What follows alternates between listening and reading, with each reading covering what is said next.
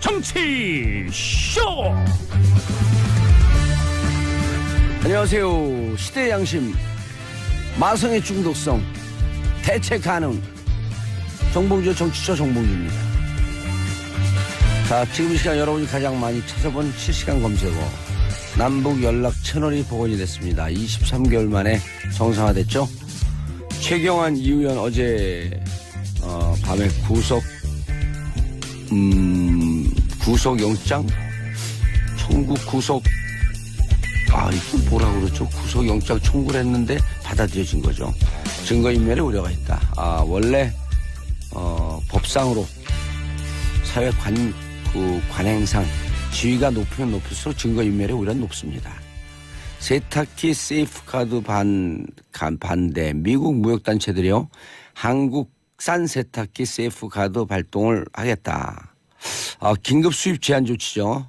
이런 움직임이 있는데 우리 정부가 적극 반대 입장을 표명했습니다. 자, 이 중에서 봉도사가 뽑은 오늘의 실시간 검색어는 남북 연락 채널 복원입니다. 남북이 대화하면서 삽시다. 자, 목요일 첫 곡 비틀스의 헤이. 정봉재 정치쇼 일부 뉴스 브리핑 청취자 여러분들 함께 하시죠. 샵1035 짧은 문자 50원, 긴 문자 100원. 한정희님, 왜 대체 가능해요?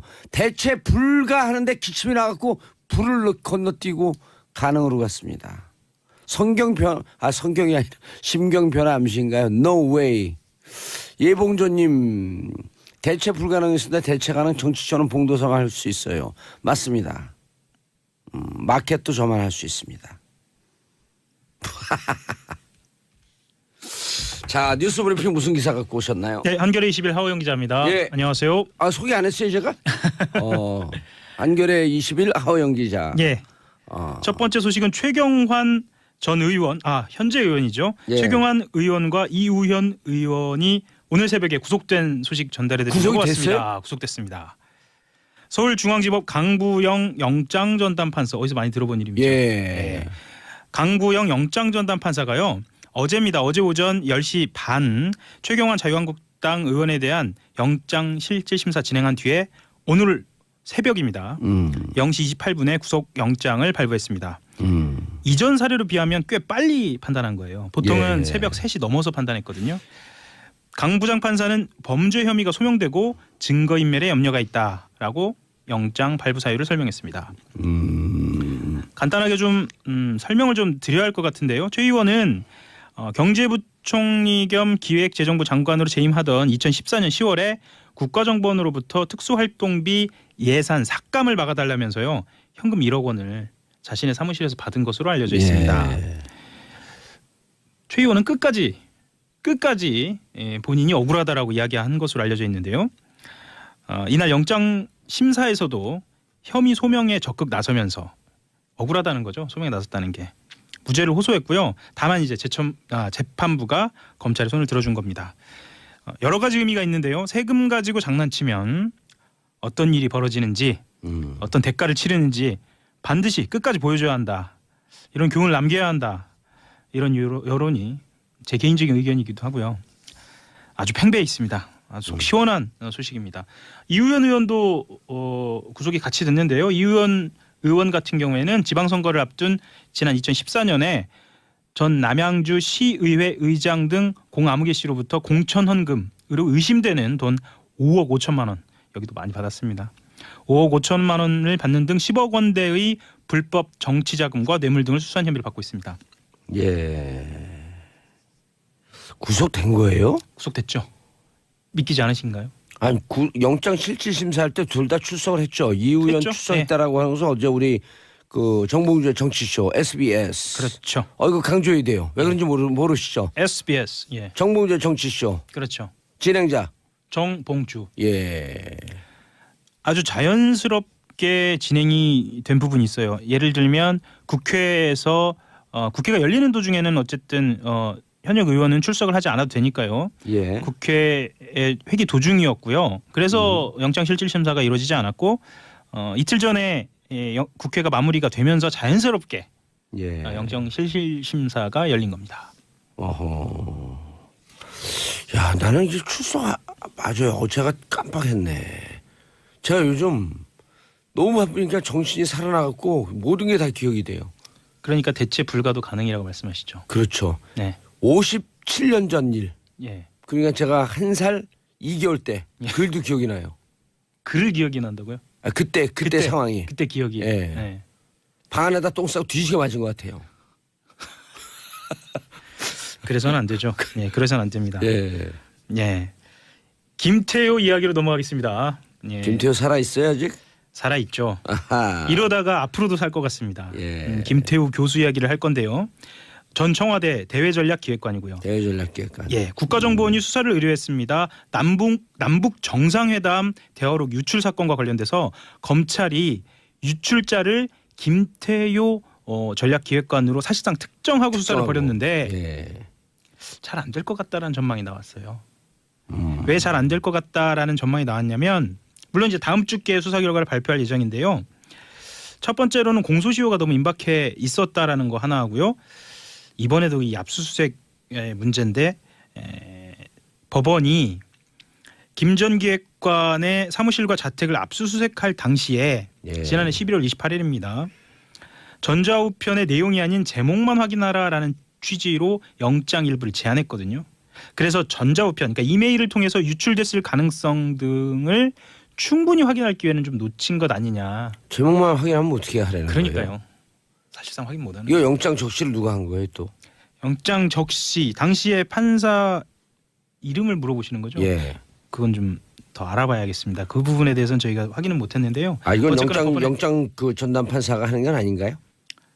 이거는 영장 청구에 대한 판사의 판단이니까 이것도 영장 청구 관련된 판사가 하는 것 같습니다. 권순호, 오민석, 강병호 셋 중에 하나 가는 거 아니에요? 권순호 맞죠? 그렇게 저는 추정이 되는데요. 지금 예. 확인할 수는 없어서 예. 저도 그렇게 좀 추정은 합니다. 제가 원래 준비 안 해온 것만 물어봐요. 아 그러게요. 예. 예. 좀 굉장히 당황했는데요. 예. 이걸 전문 용어로 예. 예리하다는 거예요. 아 예리하다고 하는 거고 예. 제 얼굴은 굉장히 빨개져 있고요. 아 관계 없어요. 뭐 예. 한겨레 하호영 기자가 뭐 신입니까? 한겨레 누룩기 찾고 또 한겨레 21로 좌천까지 됐는데. 좌천 아닙니다. 지금 영천이에요 그럼? 경북의 고향이 저도 영천이. 복권을 해야 돼요. 저도 복권을 좀 해야 돼요. 어쨌든 예. 공소시효가 우리 정 PD도 좌천을 시켜야 될 텐데. 예, 공소시효가 코앞에 닥쳐 있기 때문에 수사가 좀 쫓기듯 진행돼서 예. 잘 진행이 안 된 측면도 있었어요. 청취자들은 이렇게 생각하실 수도 있을 겁니다. 남북 정상회담 대화록 유출이 뭐 그렇게 큰 죄인가? 예. 아, 매우 큰 죄입니다. 예. 매우 큰 죄죠. 이거 자체가 대외로 묶여 있으면서 이것이 어떤 파장을 일으켰는지를 보면 그대로 드러나거든요. 당시에 기억나실지 모르겠습니다만 2012년 당시에 김무성 본부장이 네, 비오는 부산 유세에서 그대로 읽었죠. 그러면서 이게 문재인 당시 후보를 공격한 예. 그런 빌미가 또 됐고요. 그렇죠. 그리고 나중에 그거 갖고 찌라시라 했는데 찌라시라고 하는 그 김무성 의원 이거 수사해야 되는 거 아니에요 진짜? 정문원 전 의원인가요? 현 의원 전 의원만 벌금을 낸 거로 알고 있는데. 그렇죠. 예. 수사해야죠 이건. 예. 그러니까 상식적인 건 상식적으로 분명히 짚고 넘어가야죠. 김무성 남재준 구속돼 있죠. 그렇죠. 예. 다시 출정해갖고 소환해갖고 검찰에서 조사해야죠. 김무성 의원 같은 경우에도 본인이 억울하다고 하면 이거를 분명히 밝히고 넘어가는 게 맞습니다. 이 남북 대화 그 정상회담 대화록 유출은요. 예. 지금 남북 관계하고 연동이 되어 있잖아요. 연동이 돼 있죠. 남북 관계 지금 좋아지고 있잖아요. 예. 남북 직통선 23개월 만에 복원한 거 아닙니까? 예. 남북 간의 신뢰 회복을 위해서라도 정상회담 대화록 유출한 남측의 인사들 이렇게 엄벌을 하고 있다. 그래야지 남과 북과 사이 남북 사이의 신뢰가 회복이 돼요. 그 말씀 잠깐 드릴까요? 예. 전화선 연결된 게 뭐 그렇게 큰 뉴스냐라고 생각하시는 청취자들이 있을 수도 있을 것 같은데요. 예.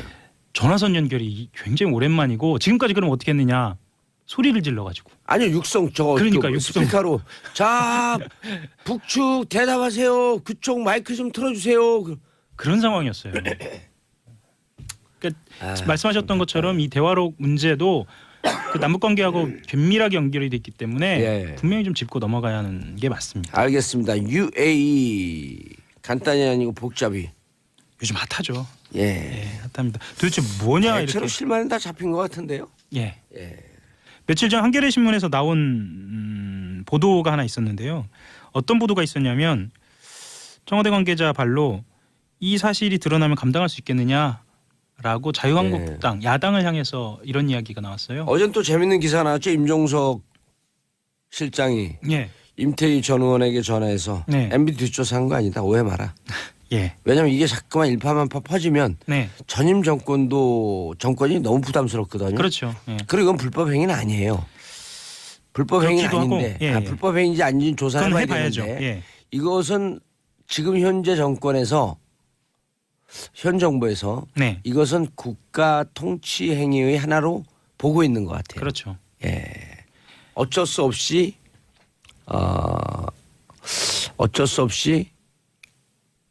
군사 지원을 이명계가 할 수밖에 없었던 거 아닌가라고 하는 좀 그 긍정적 이해를 좀 하려고 하는 것 같죠. 긍정적 이해라기보다도요. 예. 이미 계약이라는 게 진행이 돼버려서 그러니까 계약이라고 표현하면 맞는지 모르겠습니다만 어쨌든 MOU가 진행이 되어버렸고 실제로 실물이 왔다 갔다 하기 시작해서 그렇죠. 현실적으로 왔다 갔다 예. 하기 시작했고 그 부대가 가 있고 그거다. 국익의 차원에서는 드러나는 게 과연 정치적 공학의 측면이 아니고요. 맞는 것인가라는 고민이 일단 청와대에 있는 것 같습니다. 그렇긴 한데 청취자들은 일단 궁금하시니까 궁금하시니까 간단하게 좀 설명을 좀 드려야 할 것 같아요. SBS가 요즘 이거 가지고 특종이 계속 나오는데요. SBS가요? 예. 음. 특종이 계속 나오고 있습니다. 그래요? 누가 예. 취재하고 있는 건가? 김태훈 기자라고 국방 전문 기자입니다. 예. 제가 국방부 출입할 때도 친분이 좀 있었던 저한테 선배고요. 예. 그 아랍에미리트와 관련된 휴민트가 좋네 그럼. 그렇죠. 전문 기자니까요. 이 논란의 근원이 과거 정부가 원전 수출 대가로 맺은 군사 분야 협정과 양해 각서들인데요. 이게 지난해 11월에 송영무 국방장관의 아랍에미리트의 방문이 이 협정을 수정하기 위한 것이고 한 달 뒤 임종석 실장의 방문이 아랍에미리트 반발을 수습하기 위한 것이었다라는 증언이 있었다는 겁니다. 말하자면 이전에 체결됐던 군사 분야 협정이 합법적인 테두리 안에 있기 힘들었다. 말씀하셨던 것처럼 이게 통치행위라고 한다면 그 모호한 지점에 있는 것은 합법으로 받아들여질 수도 있거든요. 예. 하지만 불법적으로 해석될 수 있는 부분들에 대해서는 수정이 필요하죠. 수정이 필요하죠. 맞습니다. 통치행위라 하더라도요. 예. 그래서 송영무 장관이 갔고 아랍에미리트 쪽에서는 이러면 우리 계약이 제대로 진행될 수 있겠느냐라고 계속적으로 문제를 제기를 했던 거예요. 그래서 임종석 실장이 갔다라는 분석이 SBS 보도로 나온 겁니다. 그 여권의 관계자 발로 또 나왔는데요. 원전 수출 대가로 맺은 군사 분야 이면 계약 그리고 그것에 대해 구체적인 내용은 알려지지 않고 있지만 이전에 두 정부 여기서 말씀드린 두 정부는 이명박 정부 박근혜 예. 국내법을 명백하게 위반하면서 아랍에미리트와 5가지의 협정과 양해각서를 맺었다라는 거예요. 좀 답답한 건 내용은 또 드러나 있지는 않습니다. 예. 내용은 드러나 있지 않고 다만 교육 군사 훈련이나 방위산업이나 군수지원이나 고위급의 상호 방문을 통한 군사교류 협력 이 정도만 드러나 있습니다. 예. 개념적으로 이렇게 얘기를 해서 글쎄 뭐 그 정도는 할 수 있지 않느냐라고 생각하실 수도 있겠는데 현실로 들어가 보면은요. 예. 이 말은 아랍에미리트의 국방 분야를 책임져 주는 것으로 읽혀지기도 해요. 예. 그리고 유사시에 우리의 부대가 분쟁에 개입될 수 있는 여지가 있지 않느냐라고도 해석이 될 수도 있고요. 예. 이거는 아까 말씀드렸던 불법성과 무관하게 정리가 되어야 하는 그런 부분이기도 하고요. 그렇죠. 그 군사적 개입이나 분쟁에 개입하게 되면 그 물론입니다. 나머지 나라 예멘, 이란 뭐 이런 등등하고 무척 그 사이가 안 좋아지.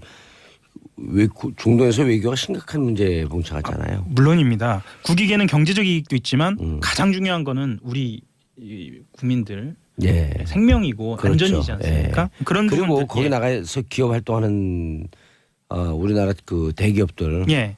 당장 어려움을 겪고 있죠. 어렵죠. SK가 지금 어려움을 겪을 뻔했는데 그래서 부랴부랴 달려갔다는 설도 있잖아요. 예. 그 구국의 강철 이빨 김종대 의원의 주장에 따르면. 예, 김종대 의원이 그렇게 예. 이야기를 김종대 하고 의원 얘기가 제일 그 많이 정확해요. 상당 부분은 사실로 확인되고 있는 것도 예. 있고요. 본인은 합리적 추론이다라고 이야기는 아니 하지만 합리적 추론이라고 안 그랬어요. 예. 저한테는 뭐라 그랬냐면 예. 휴민트 휴민트. 그래서 외교부 국방부 퇴직자 그때 했던 이 실무했던 사람들이 지금 없대요. 없죠. 예, 없습니다. 그래서 퇴직자들에게 인터뷰를 했다. 그 퇴직자라고 하면은요, 김종대 의원하고 저도 친분이 있습니다만 실제로 고위급들이에요. 예, 고위급들이죠. 그런데요. 예. 이거 끝나기 전에 제가 그 한겨레 하호영 기자에게 팁을 드릴게요. 예. 무기는 어느 나라 어느 무기가 들어가나요? 이렇게 되면은 아랍에미리트예요. 우리 무기가 들어가진 않잖아요. 우리 무기가 지금 들어갈 것으로 예고돼 있습니다. 그럼 우리 무기하고 로키드 마틴스하고 그 커퍼레이션 돼 있는 무기는 없나요? 왜냐하면요. 예. MB 정부 시절에 MB 대통령의 독단적인 결정인지 네. 아니면 로키드 마틴사의 압력성 협조 요청인지 그걸 들여다봐야죠. 아니면 거간을 한 것인지. 그렇죠. 예. 로키드 마틴사에서 거간을 한 건지 그렇지. 그걸 들여다보면 돼요. 정답 나오죠.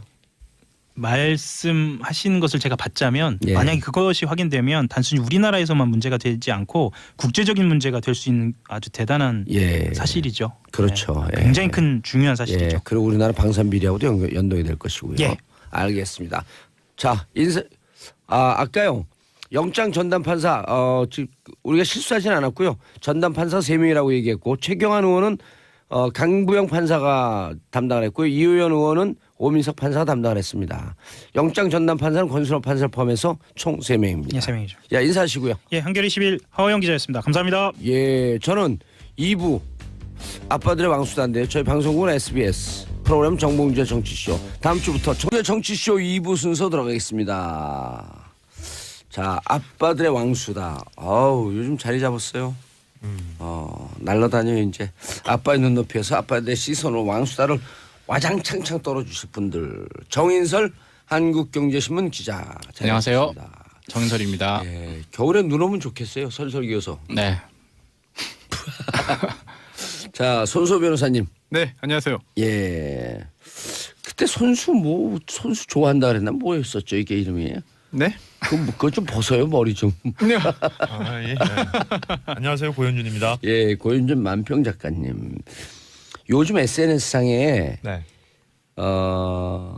정치인들의 어린 시절 그린 사진이 어제부터 돌기 시작했대. 네네. 그거 보셨어요? 은비라는 동화 작가 지망생인 분이 예. 그 김어준 씨가 진행하는 라디오 프로그램에 선물로 보낸 선물 거예요. 보낸 거예요. 네. 보면은 그 노무현 전 대통령부터 시작해서 김대중 대통령도 계시고. 초등학교 때 얼굴을 상상해서 그린 건데 보면 알겠어 누군지. 저도 이렇게 딱 보고 그걸 왔어요. 누가 그래서 보는데 내가 있네 그런 거. 세상 개구진 사람 한 명 있거든요 거기. 우리 봉도사님이 대부분 아주 온화하게 웃고 있는 모습들이에요. 근데 혼자 엄청 개구진 사람이 하나 있어요. 깔때기를 부여고. 근데 제가 보니까 누구라고요? 은비. 예, 은비님이라고만 알려져 있고 예. 실질적으로 누군지 그렇죠. 그러니까 청취자가 쉽게 말하면 보낸 건데 그분이 근데 그 또 기자들이 얘기하잖아요. 기자들의 분석이 친 표창원 지지자일 가능성이 있다. 왜냐하면 표창원이 들어올 군번이 아닌데 표창원이 유일하게 들어와 있다. 깔때기네요. 나머지는 다 이해가 돼요. 요쯤 되면 들어와도 되겠네. 그 안에서 또 급을 나누는군요. 아니 이거 기자 얘기해 준 거예요. 야, 표창원 의원이 또 끼어들었네. 근데 진짜 아직 들어올 군번은 아닌 것 같은데 살짝 들어와 있더라고요. 좀 빨리 크는 맛은 있죠. 예. 이뭘 또 큽니까? 제가 이따가 오후에 점심에 만나야 되는데 제가 이야기 나누겠습니다. 네. 표창원 의원한테 표창 날렸다고 전해주세요. 알겠습니다. 자, 첫 번째 남북 화해 모두 돌입하고 있다. 정인석 기자님. 오늘 아침에도 통화를 했다고 합니다. 예. 9시 반에 또 북측에서 또 전화를 했다라고 해요. 급물살을 타고 있어요. 예, 이렇게 쉽게 통화할 사이가 됐는데도 불구하고 693일 동안 전화를 안 했고 통화를 안 했다는 거죠. 693일? 그렇죠. 23개월. 만 2년이 채 안 되는 거네요. 맞습니다. 그 369 게임이네. 맞습니다. 369 하다가 딱 전화를 했나 보군요. 네. 박수 칠 텐데. 박수 칠 타이밍에. 박수철 타임에 전화한 거예요. 그래서 어젠 통성명만 했는데 오늘은 알려줄 내용이 있느냐라고 먼저 남은 쪽에서 우리 측에 연락관이 물었고요. 북측에서 없다. 알려줄 내용이 있으면 또 연락하겠다. 그렇지. 아, 북에서? 그렇습니다. 북측이 연락 거 미사일 발사 할 때쯤 되면 얘기해주겠다. 아, 그럴 수도 있겠네요. 자, 그런 거 하는 거예요 이제. 이제 그건 보통 군 통신선으로 하니까 그렇죠. 이번 건 같은 경우는 이제 판문점 연락책이 회담 얘기를 또 진행을 맞습니다. 하겠죠. 군 통신선은 아직 복원이 안 됐죠. 동서에 있는데. 아니 그래도 북조선에 우리 공화국의 모정에 변화가 있을 것이니 대비해 주시기 바라겠습니다. 그렇죠. 다른 형태로 흘릴 수는 있죠. 예. 이제 그동안 이제 그 얼마나 긴 동안 정말 뭐 서로 윽박지르기만 했는데 이렇게 하루 아침에 1월 2일 신년사 그리고 엊그제 우리가 이제 회담 제의하고 또 어제 바로 이제 채널을 반응이 온 복원하고 거죠. 예. 이렇게 될 거면 정말 제 생각보다 훨씬 예상보다 빨랐거든요. 예. 그래서 지금은 이제 저는 개인적인 생각 이게 뭐 찬양 고문자가 될 수도 있는데 모르겠는데 김정은 위원장이 상당히 뭐 생각보다 대담하고 똑똑하다. 저는 그렇게 생각을 합니다. 그 스스로의 자신감일 수도 있을 것 같아요.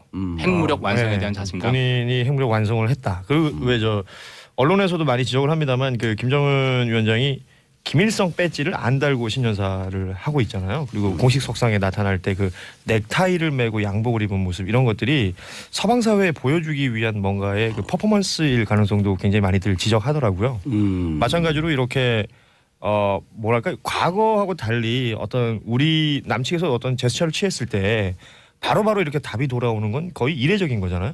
이게 강한 자신감의 어떤 발로가 아니냐. 예. 뭐 이런 얘기를 하시는 분들도 일단 있어요. 정인설 기자님의 우려 그리고 청취자분들의 궁금증을 하나 풀어드리겠습니다. 예. 네, 국가보안법에 찬양 고무죄가 있긴 해요. 예. 그런데 이게 언제나 뭐 북한 뭐 좋은 면도 있네요라고 말한다고 다 이 죄가 되는 게 아니거든요. 왜냐하면은 예. 법에 국가의 존립, 그러니까 우리나라의 대한민국의 존립이나 안전, 자유민주적 기본 질서를 위태롭게 한다는 정을 알면서 찬양 고무를 해야 되는데. 아 근데 정인석 기자가 똑똑하잖아요. 그걸 모를 네. 리가 없잖아요. 청취자분들께도 이렇게 전달해 드리는 겁니다. 몰라요. 네. 아 근데 그래서 옛날에는 이런- 그게 다 뭐 코에 걸면 코걸이 그러니까 기걸로 걸면 그걸로 걸리는 걸었던 어디 거잖아요. 국가의 법을 그렇게 얘기하세요. 한때 예. 그랬다는 아니 거죠. 그러다 그러니까 보니까 알면서 저렇게 네. 얘기하는 게 아는데. 네. 그래서 저도 저는 알면 국가보안법 위반인데. 국보법. 저도 예. 알면서 한마디 더 붙이면 예. 이 국가보안법이 그렇게 악용되다 보니까 예. 91년에 굉장히 특이한 조항이 국가보안법 1조 2항에 붙어버립니다. 이게 뭐냐면 이 국가보안법을 해석 적용함에 있어서는 이제 필요 최소한도에 그쳐야 한다. 확대 해석해가지고 기본적 인권을 침해하면 안 된다라는 내용을 법에 넣을 정도로 여러 가지 문제가 아니 근데 있었죠. 우리가 축소 해석했는데도 그렇게 이해되는데. 그래요?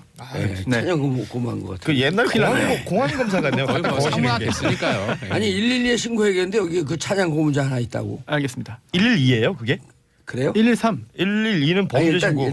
369 게임 하면서 하죠. 일단 알겠습니다. 헌법의 표현의 자유를 저는 예. 언론의 자유를 마음껏 누린 다음에 그렇죠. 그리고 여기 방송국이 좋아서 괜찮아요. 무슨 방송국? SBS 프로그램 정치쇼, 이름은 예, 그냥 정봉주의 정치쇼, 정치쇼. 정봉주의 정치쇼. 다음 주부터 청취율 조사 들어갑니다.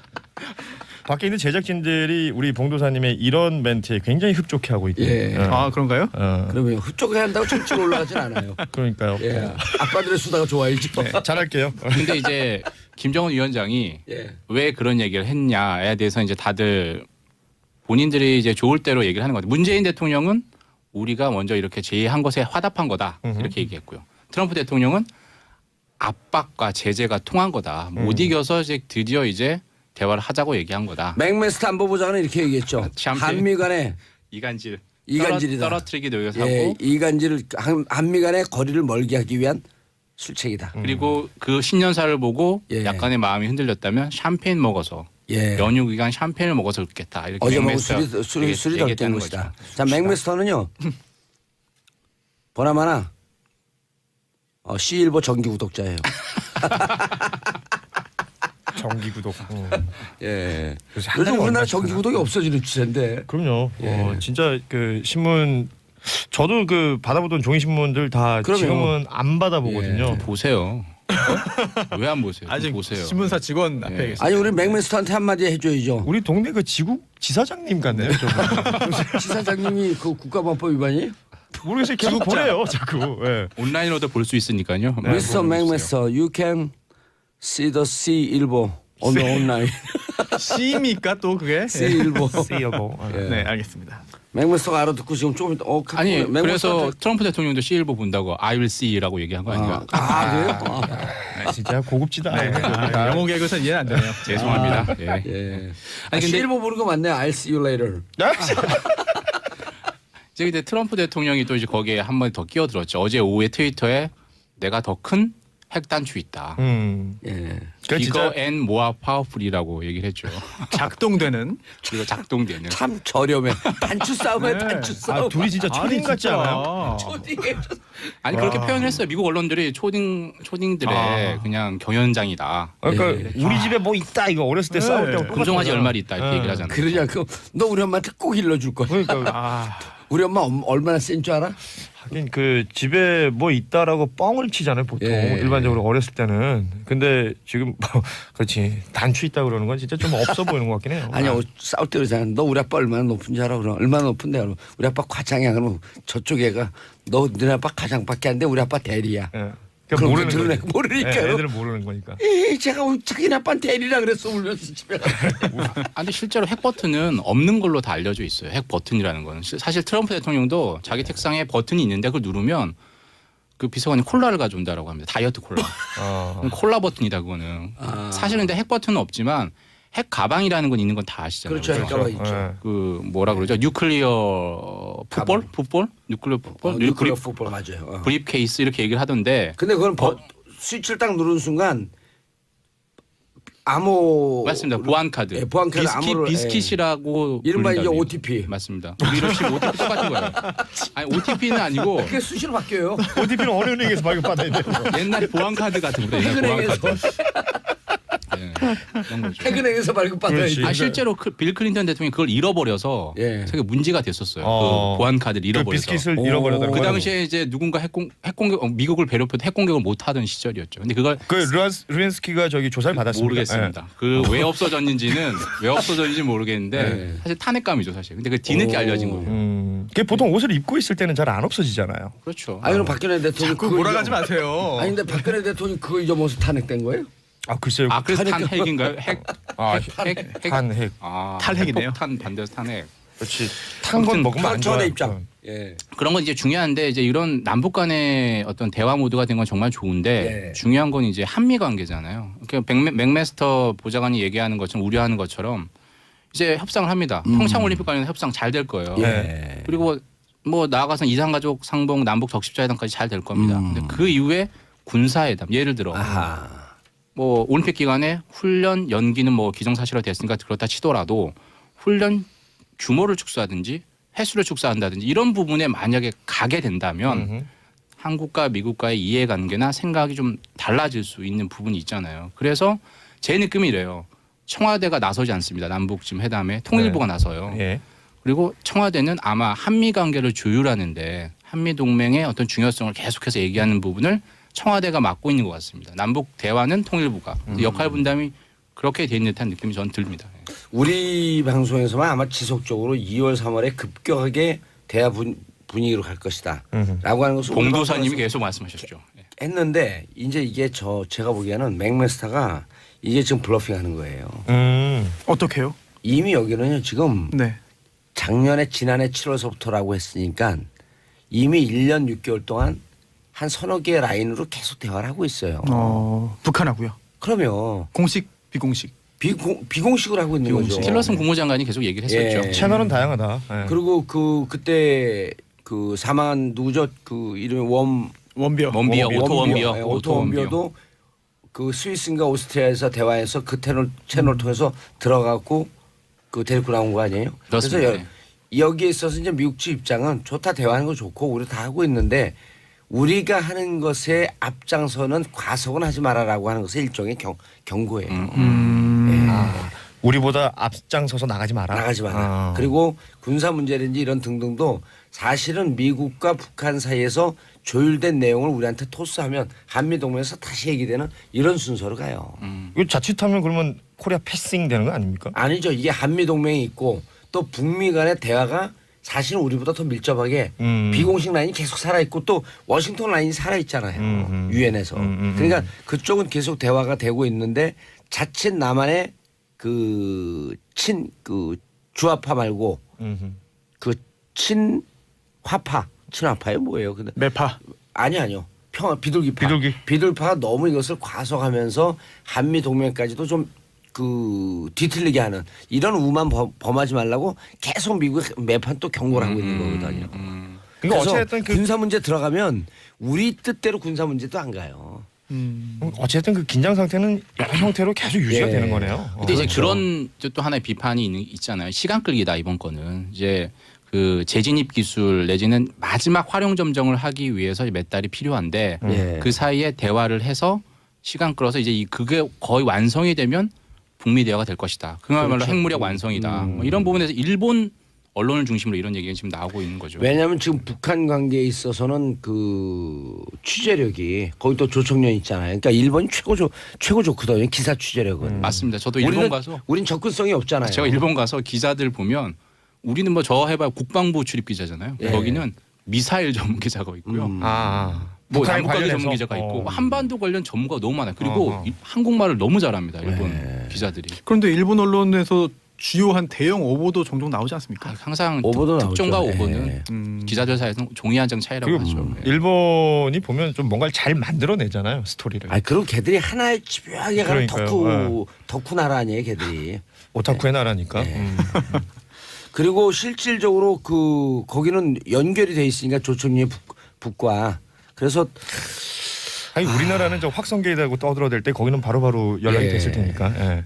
맞습니다. 그리고 김정은 전문가들 또 많아요. 많겠죠. 예, 그거 재밌잖아요, 김정은 전문가는. 재미있죠. 예, 일단 헤어스타일만 계속 분석하는 사람들도 있더라고요. 그렇죠. 근데 그게 정확히. 아니, 가십 정도예요? 아니면 아니, 정말 참고할 만한 수준인 거예요? 정말 수준이에요. 예를 들어 그 헤어스타일이 변경됐을 때 네. 어떠한 정치적 변화가 일어나는지 이런 걸 계속 연동시켜서 그게 데이터로 쌓이면 통계가 되는 그건 거거든요. 너무 과잉 해석 아닙니까? 아니 근데 그 실제로 과거에 왜 저 뭐 요리사 네. 북한에서 실제 켄지? 뭐 했던 켄지 씨죠? 맞아요. 그런 그러니까 접촉을 했던 사람들이 일본에는 존재하잖아요. 예. 네. 우리는 몰랐던 김정일의 요리사. 예. 네. 아 그분 이름이 또 켄지. 이정은. 켄지. 켄지. 어. 곧 이제 미국 그 북한 들어와서 네. 완전 그쪽 그 시민이 돼서 살겠다 그러더라고요. 아 그래요. 예. 로드맨하고 친한 사람 있으면 좋겠어요. 지난번에 차장 들어간 사람 있잖아요.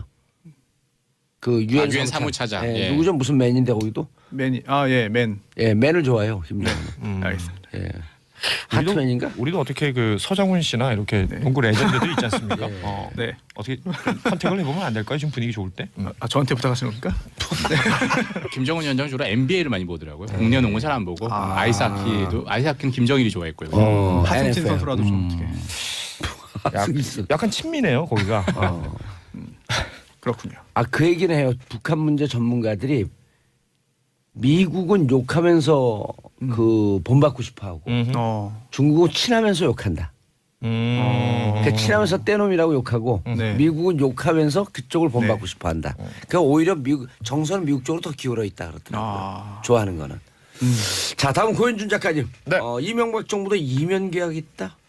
이거 어찌됐건 그 아랍에미레이트 원전 수주 예. 관련해서 이면 계약 얘기는 뭐 다양한 형태로 지금 쏟아져 나오고 있는데, 그러니까 MB 때 진행이 된 거잖아요. 예. 그리고 MB 때 처음 그 수주가 될 때부터 뭐 절차상의 어떤 합법성 이런 것들에 대한 지적이 계속해서 나오는 건데요. 그 그때 김종대 당시에도 국회에서 문제 제기를 했었죠. 그렇죠. 이면 계약 있었냐. 그러니까 2010년 국정조사에서도 얘기를 했었던 국정감사에서도 거고. 계속 예. 문제 제기를 했었죠. 이게 결국은 생각을 해보면 그 산술적으로 그냥 있는 팩트만 그러니까 네. 공개가 된 것들만 살펴봤을 때 뭐 그냥 이해하기 쉽게 100원짜리를 우리가 갖다 주는데 우리가 얻는 게 뭐 예를 들어서 저기 그 MB 정권 차에서 얘기했던 건 뭐 400원이다 뭐 이렇게 얘기를 한다면 우리가 얻는 게 되게 많은 거잖아요. 되게 많은 건데 그걸 그 나라가 우리한테 그렇게 해줄 이유가 뭐냐. 이게 좀 합리적으로 추론을 해서 따져봤을 때 뭔가 비는 부분들이 너무 많은 거죠. 그럼 그건 뭐가 있겠지. 그걸 얘기하라고 했을 때 이면 계약은 없다라고 꾸준히 얘기하고 있었던 것이고, 그럼 최근에서야 이제 계속해서 뭐 하나씩 밝혀진다기보다는 의혹들이 계속 제기가 되고 있는 거잖아요. 특히 이 군사 관련된 여러 가지 것들이 있는데 따지자면 이게 뭐 일종의 패키지처럼 생각을 해볼 수 있을 것 같아요. 파병 아니면 어떤 그 병참 물자 지원 또 방산 기술에 대한 어떤 협력 이런 것들로 귀결이 될 텐데 단순히 그냥 돈 계산 주판알만 튕기는 거라면 뭐 잘한 일이 될 수도 있을 거예요. 그걸 또 주장하는 바가 지금 자유한국당 측에서의 어떤 주장일 텐데. 난 또 받아들일 가치도 또 충분히 그렇죠. 있다고 봐요. 근데 단순히 국가 간의 어떤 이 뭐 MOU나 이런 것들이 국가 간의 이런 것들이 단순히 주판알만 가지고 생각이 되는 것도 아니고 한국하고 UAE만 있는 건 아니잖아요. 특히 아랍 쪽은 그 종교 문제라든지 문화적 문제를 간과할 수 없는 부분인데 그 순위파가 지금 장악하고 있는 각종 나라들 뭐 우리도 계속해서 관계를 가져야 되는. 여기 순위파 나라죠. 그렇죠. 뭐 사우디아라비아나 뭐 이쪽이랑도 순위파고. 생각을 해봐야 되는 건데 그 반대 척점에 있는 이란하고도 우리는 굉장히 긴밀하잖아요. 예. 그러니까 이런 것들에 대해서 따져보지 않았던 거 아닌가 아니면 간과했던 게 아닌가. 그렇다면 이 부분에 대해서 지금부터라도 생각을 해봐야 되는데 이게 국내법상 불법적인 어떤 무언가가 있다면 이건 당연히 브레이크가 걸려야 될 부분들이 아닐까. 이 지금 이제 상당수 이제 이면 계약이 있다라고 이렇게 가정을 하고 말씀을 하신 거고 사실 지금 현재로서는 누가 화를 내게 만든지는 뭐 명쾌하게 100% 밝혀진 건 없잖아요. 누가 이 진짜 아랍에미리트의 왕세자를 화나게 만들었냐. 여당에서는 박근혜 정부다. 그리고 이명박 정부 때 이면 계약 때문이다라고 얘기하는 거고 이제 야당에서는 자유한국당에서는 이제 지금 정부가 너무 MB 들쑤시고 정부 있다. 비자금 들쑤시다 그랬다. 네. 그리고 뭐 또는 뭐 이미 노무현 정부 때 이런 군사 협약에 준하는 협약을 했다. 그것 그래서 때문에 연장선에 이렇게 지금 서로 뭐 책임 떠넘기기 추궁을 서로 하고 있죠. 그러니까 지금 말했던 그 노무현 정권 때 이미 뭐 있었다는 얘기에 대해서는 저 우리 흔히 김종대 의원이 예. 아니다. 그거하고 관계 없다라고 그럼요. 얘기는 한 상태고 김종대 또 의원이 지금 또 계속 지적하는 게 어쨌건 김학용 또 군사위원장은 연관이 있다 이렇게 얘기를 하고 근데 있는 김학용 거죠. 군사위원장이 했던 말의 근거가 굉장히 국방위원장이죠. 희박해요. 그 희박하니까 이제 그 강철의 구국 이빨 예. 우리 김종대 의원이 구국의 강철 이빨이요. 그러니까 강철의 구국 이빨은 뭡니까 이게? 강철의 구국 이빨, 구국의 강철 이빨. 이 말이 많이 달라지네요. 예, 네. 그럼요. 강철 이빨하고 구국 이빨은 좀 다르네. 예. 아무튼 근데 그 근거가 일단 너무 희박한 거 아니냐라고 지적하는 거고 결국은 김종대 의원 얘기로 정리를 해보자면 이게 어떤 국가 간의 이익도 이익인데 그 전 정권들 당시에 뭐 MB 정권, 박근혜 정권에서 박근혜 정권은 약간 좀 뭐랄까 방치해뒀다고 지탄을 받는 것이고 예. MB 정권에서는 재벌들의 어떤 이익을 챙기기 위해 혹은 그 기업들의 이익을 챙기기 위해 어찌 보면 그 군사력을 끼워 팔았다. 그러니까 군사력이란 건 나라의 근간이잖아요. 예. 그 군사력을 어떤 기업이나 재벌의 이익을 위해서 써먹었다라는 부분에서 지적을 하고 있는 것 같아요. 예. 예. 자유한국당 국정조사까지 요구하고 있잖아요. 자유한국당 입장에서 국정조사 요구하는 거는 지금 이 정권이 타겟이 되는 거잖아요. 예. 결국에 이 아랍에미리트 왕세자가 와서 기자회견 하면 됩니다. 나 뭐 때문에 화났다 이렇게 얘기하면 모든 게 밝혀져요. 아니 근데 네. 저는 그거 좀 창피하지 않아요? 왜냐하면 이게 정파적 이익을 떠나서 사실 이 정권이 시작한 지 지금 7, 8개월밖에 안 됐고 반년 됐죠, 반년. 그렇죠. 이 정권이 아랍에미레이트 갖고 사고 칠 일은 없거든요. 이미 기존에 되어 있었던 거니까. 그리고 또 아니 상식적으로 납득이 돼요. 거기까지 갖고 MB 비자금 뒷조사한다는 게. 우리 검찰청이 이제 글로벌한 검찰로 아니 우리 검찰이 지금 하고 있잖아요. 네, 하고 있죠. 그런데 예. 거기 갖고 왕세자한테 야 MB한테 리베이트 받았냐? 그럼 그 왕세자가 받았어. MB 구속시켜. 이럽니까?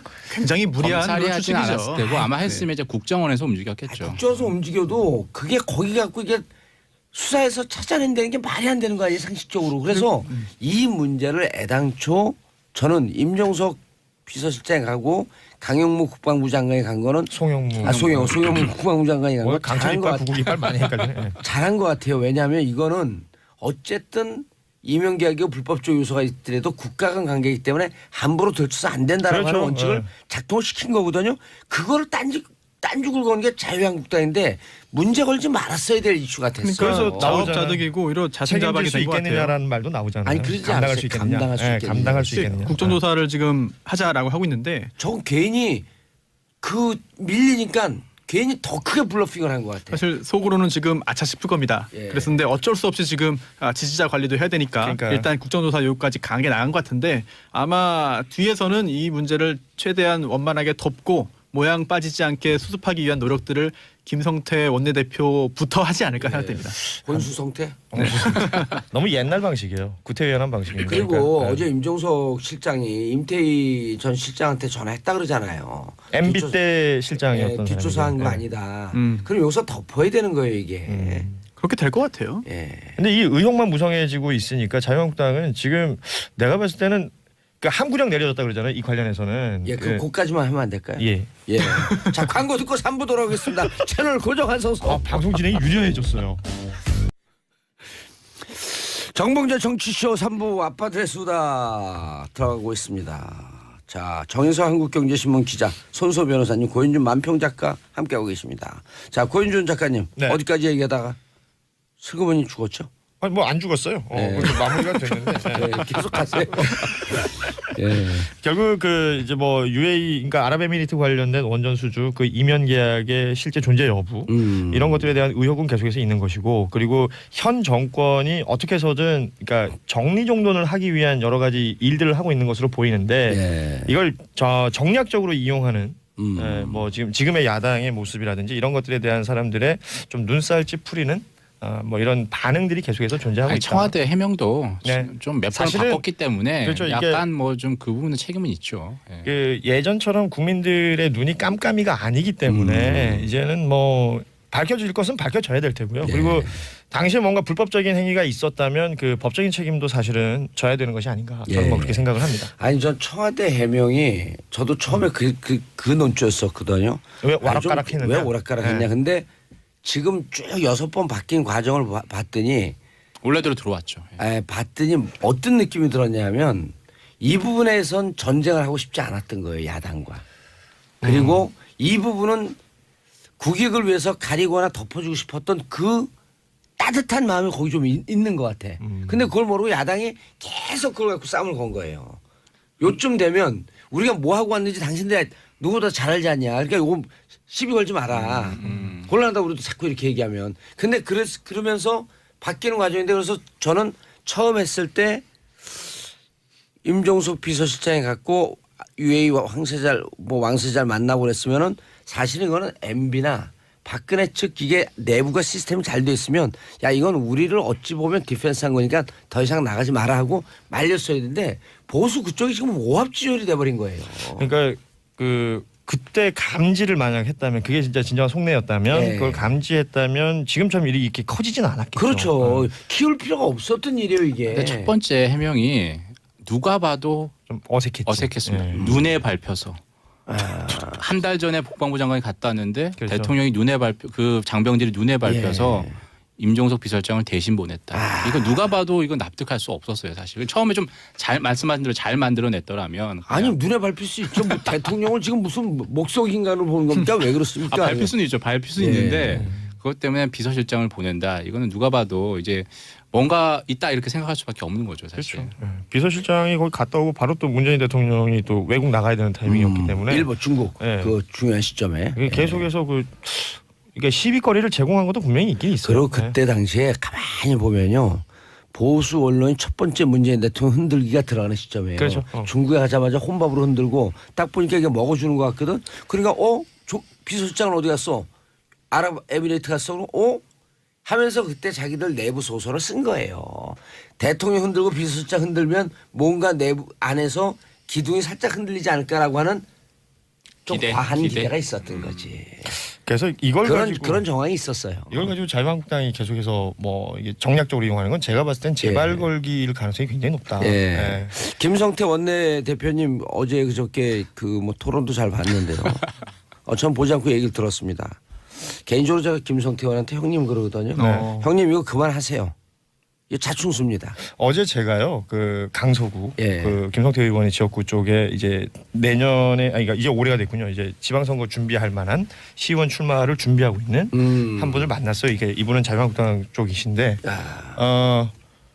그러니까 선거 운동의 어떤 일환으로 최근에 뭐 여기저기 엄청 다니고 연말에 뭐 김장 봉사활동부터 봉사활동도 열심히 다니고 이제 본인의 그 표밭을 다지기 위해서 다니고 있는데 그런 표현을 쓰더군요. 위에 계신 분들이 이게 방송에 적합한 얘기인지 모르겠지만 너무 똥을 싸놔가지고 본인들이 지금 선거 운동에 너무 힘들다. 그 윗분이라고 얘기하는데 내가 윗분 누구? 막 이랬어요. 그랬더니 그걸 또 나한테는 얘기를 안 해. 그래서 보니까 이제 대충의 그 정서라는 건 느껴지더라고요. 그러면 지금 그 야당 입장에선 선거운동 다니는 사람들 진짜 죽을 맛이에요. 명함 받으면 던져버리고요. 돈이 없어 찢어버리고 악수하자고 손 내면 손 탁 치고 이거 우리도 느꼈거든요. 2008년에. 그러니까 눈을 안 마주친대요 본인이. 그래서 요즘 눈이 많이 오는지. 정인석. 자, 다음 이슈로 넘어가기 전에 샵1035 짧은 문자 오시면 긴 문자 100원 문자 보내주시기 바라겠습니다. 자, 3159님 봉도사님 정민규예요. 저 오늘 오후 2시에 논산훈련소 들어갑니다. 서로 화이팅 합시다. 화이팅. 네. 너나 화이팅해. 우리 아들입니다. 오늘 지금 군대 가고 있어요. 의경. 예. 아들이 제가 며칠 전에 아들을 봤습니다. 예. 봉도사님의 어렸을 때 모습이랑 똑같다라고 저는 감히 단언할 수 있어요. 진짜 닮았어요. 일단 어깨가 딱 벌어졌고요. 누가 사정권 안에 들어오면 주먹 나갈 준비를 하고 다 걸어다닙니다. 약간 전투적인 자세 있잖아요. 앞으로 한 15도 정도 이렇게 쏠려 우리 있는. 군이 정말 네. 필요한 인재네요. 네. 근데 의경을 갖는 의경. 그래서 제가 배치되는 그 지역 갖고 시민사회 운동단체하고 연대하고 계속 집회 신고하려고요. 대본지나 바로 나오라고. 그 군대 가갖고 특히 이제 우리 군대가 안전사고 없는 군대로 거듭날 수 있게 성인들이 잘해야죠. 기성세대들이 잘해야죠. 훈훈한 말씀이네요. 네. 그러면 아이들은 가갖고 교관 얘기 잘 듣고 네. 그리고 나보다 옆에 있는 내 동료를 먼저 세우려고 노력하고 오. 이러면 사고 안 나요. 사실 지금 입소 중인 거잖아요. 아직 입소한 건 아니고 입소하러 가는 길이잖아요. 입사하러 가는 카니발. 그러니까 안에서. 조금 전에 왜 전화 통화를 아들이랑 했잖아요. 이게 진짜 그 봉도사님의 따뜻한 아빠의 모습. 안전사고 조심하고 이런 말이거든. 그렇죠. 아니 며칠 전에 그 군용버스 사고요? 신병 예. 군용버스. 굴렀잖아요. 군용버스. 예, 군용버스. 그러고 그냥 가슴이 섬뜩섬뜩해요. 맞습니다. 알겠습니다. 자, 홍준표 대표 MB의 만남. SBS 또 뺏겼다? 네. 어제였죠. 무슨 땅 타먹기 합니까? 네. 뺏기게. 홍준표 대표가 MB를 만났습니다. 예. 삼성동에 있는 MB의 사무실에 가서 새 만났는데, 인사하러 간 거죠? 예. 네, 중요한 이야기들이 있었어요. 참 언론의 보도가 크게 됐는데 우선 이번 정권에 대한 평가를 했습니다. 하면서 정권 담당 능력이 없다. 부작용이 나올 것이다. 예. 라는 말을 했고요. 그러면서 그래도 뭐 좋은 말 한마디 해라라고 했더니 기자들이. 네, 예. 아니 MB가 MB가. 홍준표 대표에게 그랬더니 홍준표 대표가 이렇게 말합니다. 한 가지 잘하는 게 있다. 문재인 정권이 쇼는 기가 막히게 잘한다. 라는 칭찬 아닌 이야기를 해서 끝냈고 더 중요한 부분이 있죠.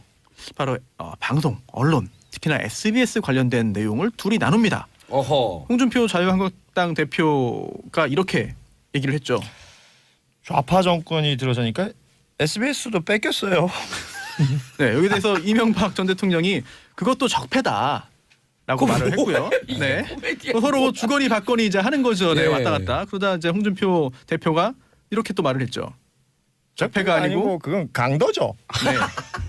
이제 좀 성대모사가 되는군요. 이게 네. 성대모사예요. 그냥 네, 사투리 하는 거지. 그렇습니다. SBS도 뺏겼다라는 인식을 제1야당의 대표 그리고 직전에 있었던 대통령 선거에서 상당수의 득표를 얻었던 홍준표 대표가 SBS를 뺏겼다. 뺏긴 이유가 좌파 정권이 들어서서이다. 언론에 대해서 어떤 생각을 하고 있는지 언론관 같은 게 느껴지는 네, 이거 참 글쎄요. 동조하기 어려운 그런 발언을 했고 또 SBS 구성원들이 사실은 굉장히 큰 분노를 하지 않았을까 생각이 듭니다. 자, 그럼 여기 두 사람의 이제 논문 시험 나갑니다. 두 사람의 대화로 유추해 볼 수 있는 우리 넷의 신분은 네? 두 글자로 뭐라고 얘기할까요? 우리 넷이요? 예, 우리 넷의 신분. 저희요? 예, 두 사람의 대화를 통해서 네. 유추해 볼 수 있는 우리 네 명의 신분. 좌파? 작물. 작물?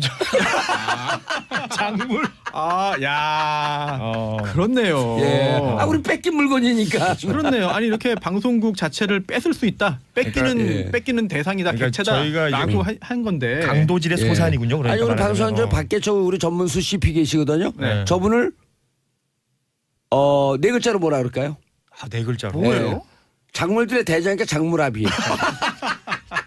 야, 그렇게 또 이해가 되네요. 그런데 이게 끝이 아니었습니다.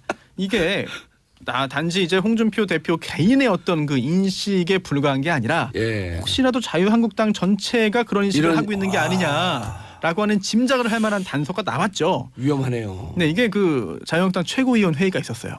여기에서 홍보본부장 맡고 있는 박성중 의원이 있습니다. 저희 이쪽 그 근처인데 동네 근처인데 이분도 언론 출신인가요? 아니죠. 구청장을 하다가 국회의원이 됐죠. 네, 행정관리 출신입니다. 그런데 여당 시절에 자유한국당이 집권하고 있을 때는 여기도 우리 나왔었는데. 그래요? 우리 나왔었어요. 근데 방송국의 두뇌는 저희가 즉 우리가 어느 정도 지배를 하고 있었는데 밑에 있는 80~90%의 기자, PD, 작가들은 저쪽 편이 많았다. 즉 지금 현재 여당을 말하겠죠. 그래서 이게 균형점을 찾을 수 있었다. 근데 이게 지금은 완전히 넘어갔다라는 말을 했습니다. 이게 사실 언론을 이렇게 판단하고 이제 평가하고 한다는 것이 참 쉽지는 않을 것 같은데 이렇게 실제로 말했고 더 우려되는 것은 이게 최고위원 회의에서 공식적으로 발언한 거거든요. 그런데 여기다 내부적으로 어떤 견제라든지 수정이라든지 걱정이라든지 이거 이렇게 나가면 안 된다라고 한다든지 이런 것조차 없었다고 합니다. 그거 하면 쫓겨나요. 그런가요? 이 그 홍보본부장 이번은 우리 여기 그 여의도 UFC에 2차례 나왔는데 방송도 잘하셨어요. 그리고 합리적으로 상대방 얘기도 잘 듣고 그런데 일단 그 안에 들어가게 되면 뭔가 이게 집단의 논리가 발동이 되나 본데요. 근데 정치인들끼리 하는 이야기랑 또 언론에 나와서 또 사회자가 있는데 하는 이야기랑 또 다를 수가 있죠. 네. 그러니까 이거 같은 잘했어요. 네. 근데 이게 언론관 같은 게 느껴지잖아요. 이게 언론 알기를 편 나눠 가지고 내가 먹어야 되는 어떤 그 지분의 어떤 한 가지로 생각을 하는 거란 말이에요. 이건 진짜 옛날 그 조선시대 연산군하고 똑같은 겁니다. 사고 났는데 야 나 한 거 이거 지워. 내 맘대로 할 거야. 그러니까 기록 못하게 하는 거고 사초를 그 자기 맘대로 하고 싶은 거잖아요. 그러니까 얘는 우리 편 나에게 유리하게 써주는 애만 여기다 가까이 들여. 뭐 이건 정말 그 언론 알기를 진짜 너무 쉽게 하는 거고 국민 알기를 이렇게 쉽게 하는 거예요. 그리고 박성중 의원이 이제 이런 말도 했어요. 몇 개 신문 빼고는 유튜브까지도 마찬가지다. 이게 근데 이게 사실 유튜브라는 게 박성중 의원이 본의 아니게 그냥 당의 입장만 얘기를 했겠죠. 왜냐하면 우리가 이분은 지금 고정으로 섭외하려고 제작진이 엄청 노력 중이거든요. 그래요? 알겠습니다. 훌륭한 의원이에요. 저희는 그 자유한국당 의원들이 무슨 방송 섭외나 이런 거면 잘 응하지 않는다고 해요. 그래요? 네. 힘들어요. 너무너무 힘들어요. 안 하려고 그래요, 아예. 왜요? 괜히 앞장서서 돈 받기 싫은 거지. 아까 얘기했잖아요. 위에서 자꾸. 그리고 또 여기서 얘기하다 보면 다른 의원들이 또 이해를 하고 합리적이네요. 얘기가 들을만하네. 그럼 또 자기 본심이 나갖고 잠시 정신을 잃고 쫙 얘기를 해요. 정말 합리적이어서 막 박수 치면 당에 돌아서 혼나는 거예요. 근데 저는 왜 다 가서 합리적으로 얘기하냐? 수구적으로 얘기해야지. 그게 뭡니까? 홍준표 대표가 이렇게 생각하는 건 정말 문제라고 저는 생각하는데 이게 저는 이 우리나라 미디어 사회 자체가 이 공중파 방송 중에 SBS는 아니지만 나머지 4개 채널이 전부 다 공영 방송이잖아요. 그렇죠. 이런 나라가 사실 별로 없어요. 이런 우리나라 정도 수준의 국가에서는 OECD 국가 다 민영화하고 그래가지고 근데 항상 이게 공영 방송이다 보니까 정권이 바뀔 때마다 이런 생각을 갖게 되는 거죠. 그림 견물생심을 갖게 되는 거죠. 이런. 그 국정 홍보처로 생각하는 거죠. 그렇죠. 방송사를. 네, 대한뉴스.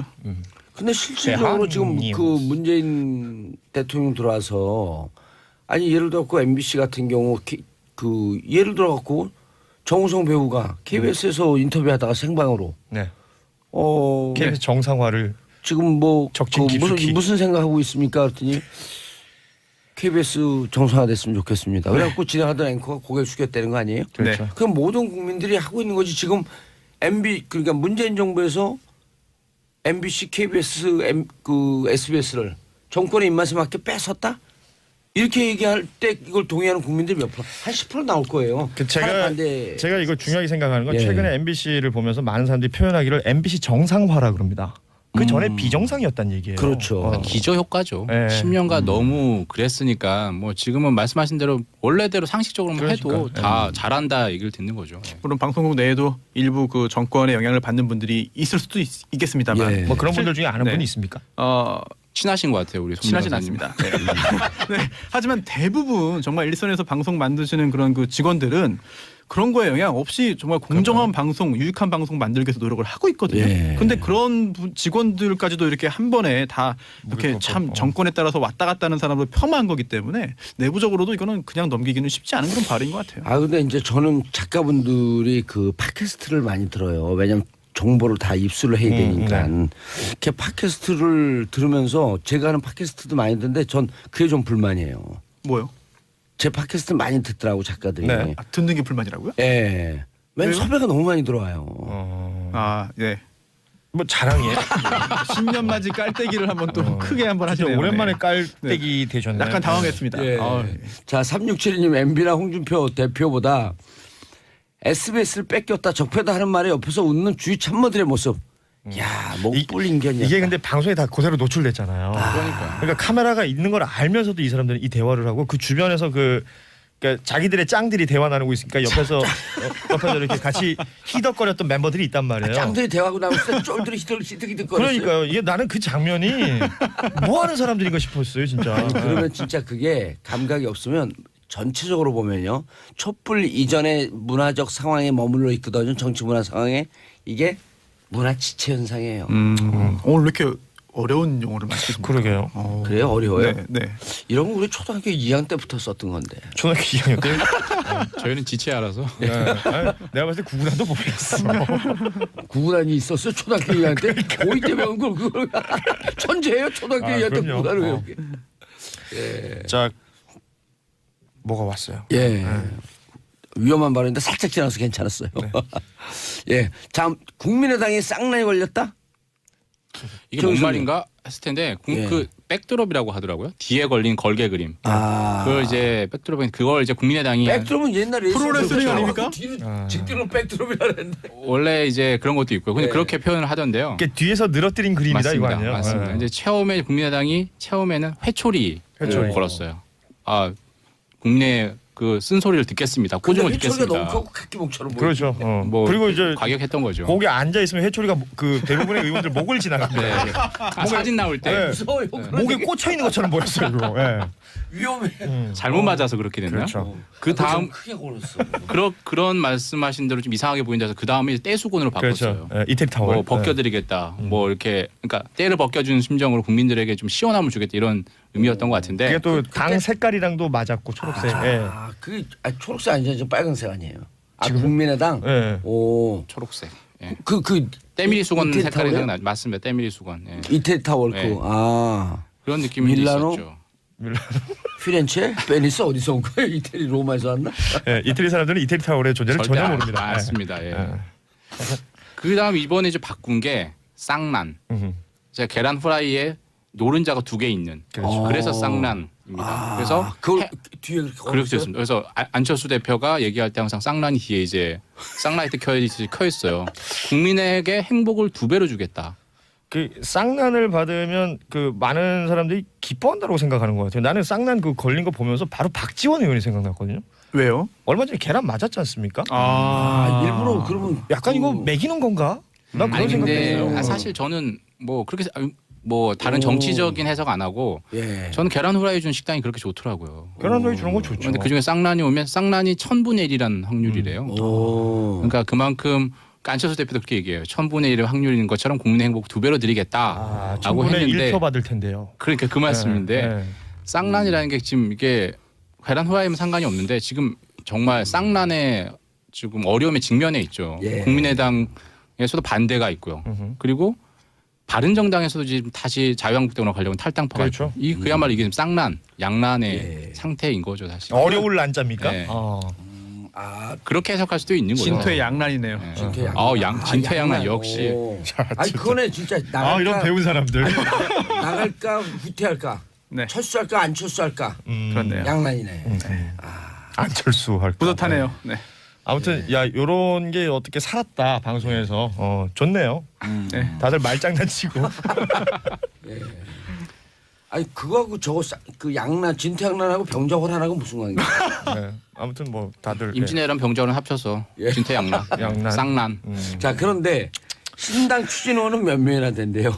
근데 이게 사실 지금 39명인가 그렇잖아요. 최명길 예. 의원이 이제 최종 무협한 그 결정을 받았으니까 그 중에 한 20명 이상은 일단 신당 추진파에 있는 것 같고 일단 비례대표들은 들어갈 수가 없잖아요. 맞습니다. 네. 그것 때문에 이제 뺄섬의 통합이다 이렇게 네. 얘기를 하는데 사실 또 반대파도 딱 어제 모임엔 11명이 나왔고요. 나왔어요. 그리고 한 15명까지 될 거다 지금 얘기를 하고 있잖아요. 그래서 만약에 그 신당 추진파죠. 국민의당 입장에선 반대파들 같은 경우에는 그 원내 그 정당이 될 수 있느냐, 교섭단체가 될 수가 있느냐. 20석을 확보해야 되니까요. 그렇죠. 네. 그 부분이 이제 결국엔 전국구를 빼면 어떻게 될지 모르는 비례대표를 아니 뽑는 어제 어떻게 되는 거죠. 그 국민의당 의원 반대하는 분이기 때문에 뭐 이제 하고 기자들하고 쭉 이렇게 해보면 11명이 통합 추진에 찬성하고요 의원들이 한 19에서 18명 정도가 반대하고 10명 정도가 중재한다는 거 아니에요? 중재는 김동철 의원, 주승용 의원, 그다음에 황종 황종원 이런 황종원. 분들이 들어가 있는데 근데 이제 이 10명이 통합으로 가느냐 아니면 반대쪽으로 가느냐에 따라서 이제 셈법이 완전히 그렇죠. 틀려진다 그러는데 이 10명은 어디로 갈지 잘 모르겠대. 이제 박주선 의원 같은 경우는 반대쪽으로 돌았고 그래서 이 10명의 항배에 따라 관심을 갖더라고요. 그래서 10명 중에 한 7, 8명 붙어주면 한 20명 가까이 가는 거고 안 그러게 되면 바른정당 의원도 몇 명 있으니까요. 근데 이제 또 바른정당 의원들 그래서 한 중에서도 3명 정도 자유한국당으로 간다는 거예요? 지금 움직임을 보이고 있죠. 그리고 또 남경필 하태경 지사, 의원은 절대 안 간다 그러고 남경필 지사나 원희룡 지사도 지금 계속해서 관망하는 상태고요. 남경필 지사는 자유한국당으로 갈 가능성이 높은데 원희룡 지사는 무소속 출마 쪽으로 그 굳히는 것 같더라고요. 어찌됐든 바른정당 그 통합에는 합류를 하지 않는 방향으로 지금 생각을 하고 있는 거죠. 근데 그 두 분 다 이제 뭐 그 원내 의원들은 아니기 때문에 이게 교섭단체가 성립이 되려면 아시는 것처럼 이제 20석이 돼야 되는데 이 20석을 만드는 건 이건 진짜 조합 같아요. 제가 보니까. 그래서 예전에 그 통합 반대파야 아니면 찬성파요? 제가요? 아니 20명 만드는 게. 한번 확실히 하세요. 그러니까 둘 다 똑같은 것 같아요. 그렇죠. 둘 다 맞아요. 네. 한쪽이 만들면 한쪽이 못 만드는 구도예요 이번이. 왜냐하면 예전에 그 황영철 의원이 자유한국당으로 다시 가기 전에 두 번째 탈당하기 전에 캐스팅 보트 같은 역할을 했었잖아요.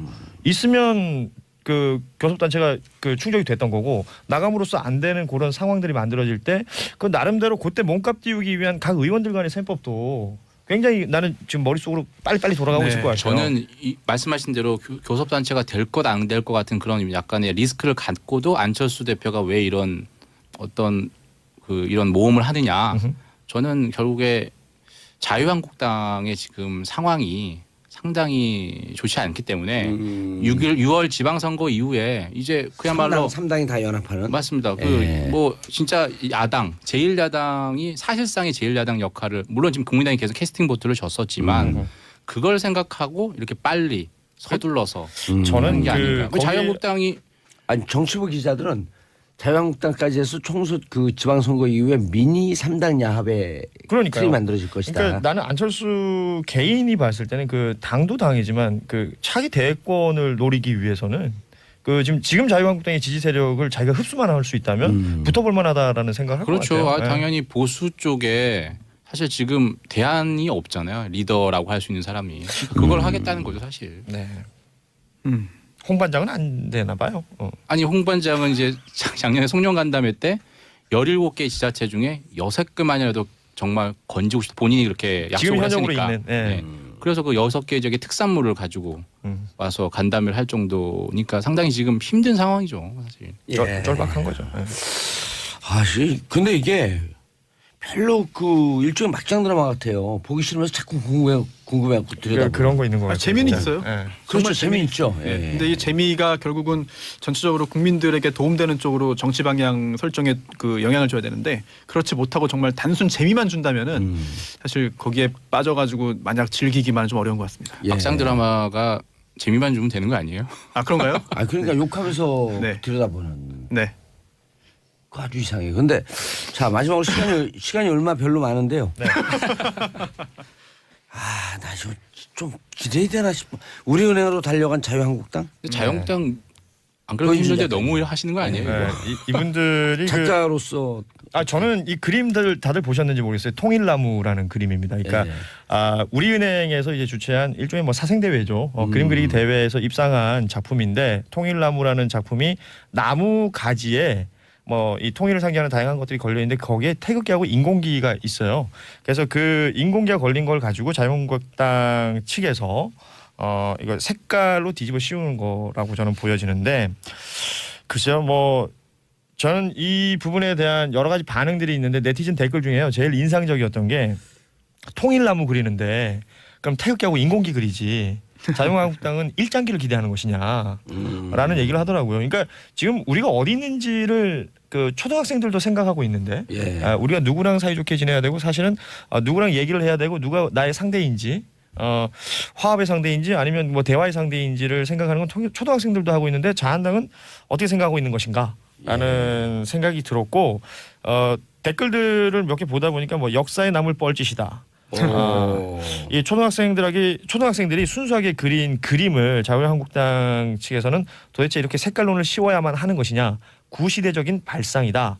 뭐 이런 네티즌들 반응이 쭉 나오는데, 그래서 이걸 자유한국당 의원들이 우리은행까지 직접 갔잖아요. 네. 또 들어가려다가 제지당하고 홍준표 대표가 문재인 정권을 두고 쇼만 한다, 뭐 쇼 잘한다 이런 얘기했다는데 제가 봤을 때는 이게 퍼포먼스입니다. 이게 네. 사실은 반박을 또 금방 불러일으켰습니다. 뭐냐면 이게 이명박 전 정권 또 박근혜 정권 당시에 통일부가 평화통일 포스터를 열었어요. 포스터 대회를. 1, 2, 3등이 다 인공기가 있어요. 네, 여기 태극기 인공기 다 있습니다.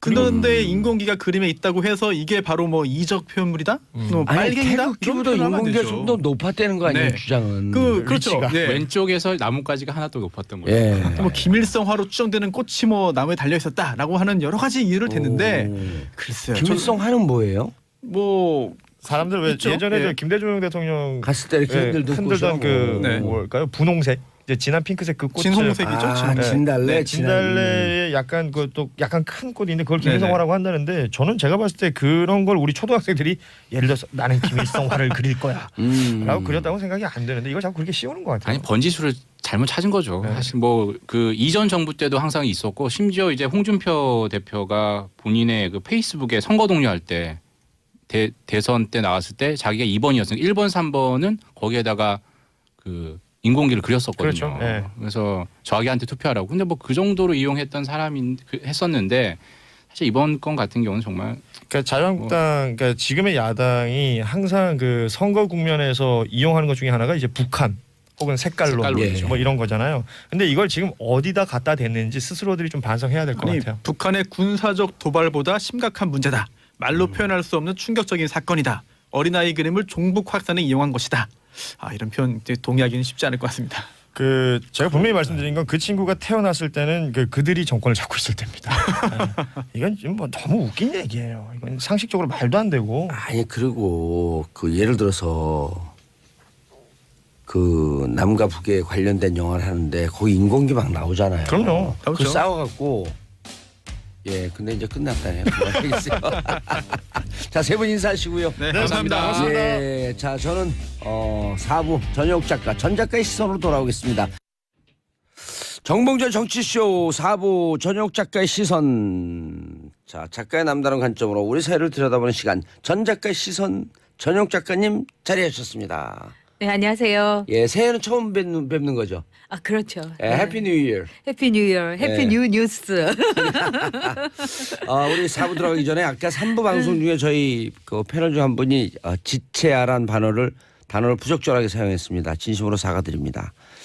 경솔한 발언이었고요. 비슷한 실수 다시 하지 않도록 더욱더 격하게 조심하겠습니다. 죄송합니다. 자, 오늘의 시선 네. 어디에 꽂히셨어요?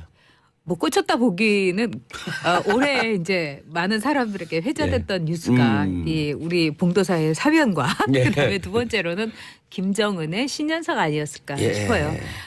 뭐 각국에서 신년사가 나오긴 하지만 이번에 김정은의 입에서 도대체 어떤 내용이 나오느냐가 관심사였지 않습니까? 저희가 함께하는 다른 방송에서 우리가 예측을 좀 하지 않았나요? 예측은 했죠. 예, 예측은 그런데? 했지만 제가 보기에는 이게 굉장한 그 양면 작전, 정말로 갈라치기 작전의 정수를 보여준 것 같아요. 이제 앞서서도 이제 평창 올림픽 등 이제 대화의 메시지를 던졌다, 이런 점에 대해서 굉장히 우리가 다행스럽고 저도 다행스럽게 생각합니다. 예. 그런데 이번에 이제 신년사에서 김정은이 핵 단추를 언제든지 이제 누를 수 있다는 핵 단추라는 표현을 처음 썼어요. 근데 다른 언론에서는 이 핵 단추에 대해서 뭐 그게 뭐 저기 이제까지 핵무기 완성 뭐 큰 소리 친 거 같고 그렇게 다르지 않느냐 하지만 제가 볼 때는 이거는 매우 구체적으로 이제 실행을 할 수 있다는 걸 보여줬다고 생각을 해요. 단추. 네. 물론 이제 저도 북한이 그래도 이제 만약에 핵 단추를 만에 하나라도 누르게 되면 북한 정권은 물론이고 북한 자체의 그 괴멸을 뜻하는 거 아니겠습니까? 예. 그럼에도 불구하고 우리의 6.25의 남침이나 이런 거를 보았을 때 우리가 흘려들어서는 안 된다. 즉 핵 단추가 내 사무실 책상에 항상 놓여 있다 이렇게 표현했다는 거에 대해서 우리가 위협이 아닌 이것이 우리 앞에 현실이라는 걸 저는 좀 직시하고 핵단추. 네. 그리고 이제 우리 문재인 정부도 저는 이제 문재인 대통령이 정말 최선을 다해서 이 한반도의 안보를 정착시키고 평화를 정착시키기 위해서 노력을 하고 있다는 거를 뭐 우리 국민이면은 저는 모를 사람은 없다고 생각해요.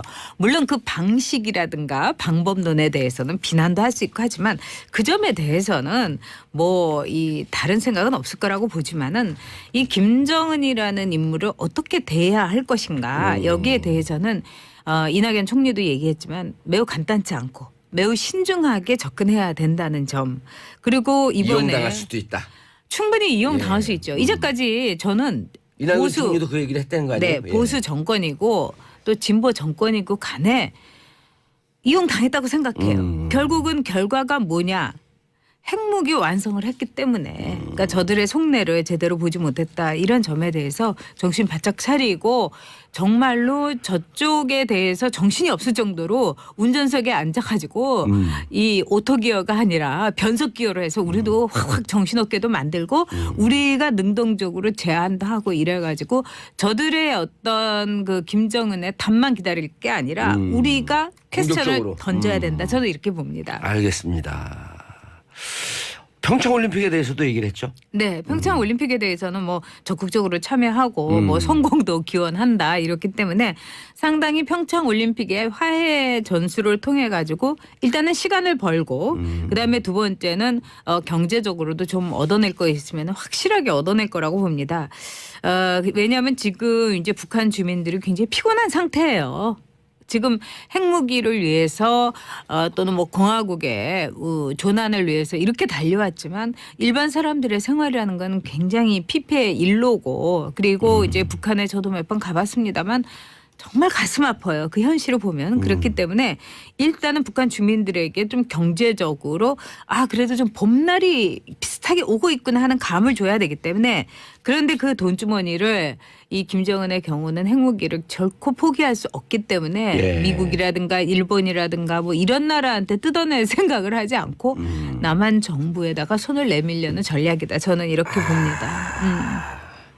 만약에 앞으로 핵 보유국이 된다면은 자신은 정말 동네에서 이 칼부림을 하는 정말 조폭으로서 행사를 하면서 그 어린 누이는 저 공장에 가가지고 밤늦게 일하게 만들면서 그 돈을 뜯어먹는 그 조폭하고 비슷한 형태가 될 거라고 봐요. 알겠습니다. 가슴 아픈 일이라고 봅니다. 우리가 정신 똑바로 차려야죠. 네. 이번 신년사에서 보게 되면 김정은의 통치 방향, 초점 이런 것도 보인다고요? 상당한 자신감을 표현했다. 저는 이렇게 봅니다. 물론 이제 김정은이 지금 하는 거라든가 이걸 보면은 김일성의 흉내내기를 모방을 벤치마킹. 착실하게 하고 있는 거죠. 네. 예전에 그 체스터필드라는 정치가는 이렇게 얘기했어요. 인간 행동의 50%는 모방이다. 이렇게 얘기했어요. 특히 어린 아이들이 이건 좀 재밌는 일입니다만 인류학에서 어떤 얘기하냐면 지금 지구상에서 이렇게 볼 때 그 아버지의 아들이 아닌 경우가 가정의 경우는 한 10% 정도 된다는 거예요. 예? 진짜예요. 이건 책에서도 많이 언급이 됐고 저는 오히려 제가 이 그거밖에 안 얘기를 산부인과 의사한테 했더니 그 의사 선생님이 그렇게 적은가요? 그렇게 얘기를 하는데 어쨌든 근데 그럼에도 불구하고 그 아이들이 무사하게 잘하고 상속도 받는 경우가 상당히 대부분이에요. 70-80%예요. 오히려 그럴 땐 모르는 게 약이네요. 근데 우리가 발가락이 닮았다라는 소설에서도 느끼는 맞아요. 거하고 마찬가지로 이 어린 아이들이 본능적으로 딱 이렇게 보면은 이제 자신을 의심스러운 눈길로 보는 아버지라고 여기는 사람에 대해서 본능적으로 느낀다는 거야. 저 사람이 내 아버지라는 사람이구나. 그러면 나는 저 사람하고 비슷한 행동을 모방을 해야지 내가 죽지 않고 살아남을 수 있어. 그래서 그 아버지가 애를 보면서 눈을 이렇게 가는 눈을 찡그리고 뜨면은 그 아이가 한 쫙 본능적으로 한 2-3살 때서 이렇게 찡그리고 아버지를 본다는 거예요. 그럼 아빠가 너 나를 발가락도 닮았네. 닮았고 표정도 닮았어 이렇게 된다는 거예요. 예. 그런 점에서 모방이라는 건 인류에게 생존과도 같은 겁니다. 예. 그래서 김정은에게 있어서도 김일성의 모방이라는 거는 그만큼 생존 본능에서 왔다는 거죠. 예. 이번에 이제 옷도 회색 양복을 입고 나타나지 않았습니까? 근데 그것도 의미가 있어요? 네, 그럼요. 그 전에 남색 양복도 있고 또 회색 양복도 입은 적이 있어요. 이번이 처음은 아니지만 신년 맞아. 보는데 그렇죠. 인민복이 아니고 그렇죠. 그러니까 신년사에서 회색 양복을 입었다는 건 뭐냐면 이제 내가 독자적으로 핵무기도 완성을 했고 예. 내 대에서 그렇기 때문에 나름대로 나의 통치 기반은 완성됐다.